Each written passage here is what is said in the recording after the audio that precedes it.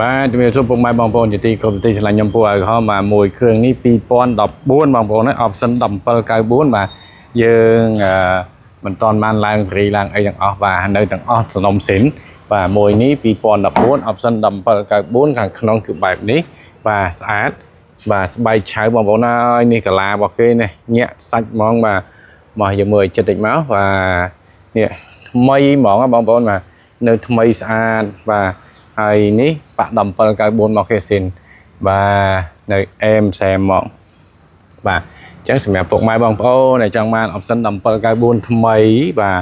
មកគ្រឿងនេះបាទគឺជំរើសមួយដ៏ល្អដែរបាទស្អាតមែនតើបាទខាងខមគឺនៅថ្មីស្អាតបាទហើយមិនតបានលៀងជើងក្រោមឯងបងប្អូនណាមួយនេះនៅបាទហើយក៏អត់តឡើងកម្ពស់ដែរអញ្ចឹងសម្រាប់ពុកម៉ែបងប្អូនចង់បានឡានសាតាអញ្ចេះជួបខ្ញុំពូឲ្យក្រហមបាទមិនខុសបំណងឯងបាទគឺថា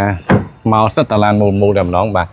នេះបងប្អូនឃើញទេបាទនេះមានផ្លាយ blind spot មានស្អីអីចឹងមកបាទនេះអេមបាទអញ្ចឹងពុកម៉ែបងប្អូនគ្រាន់ឡើង1794បាទជា option កំពូលរបស់ Tundra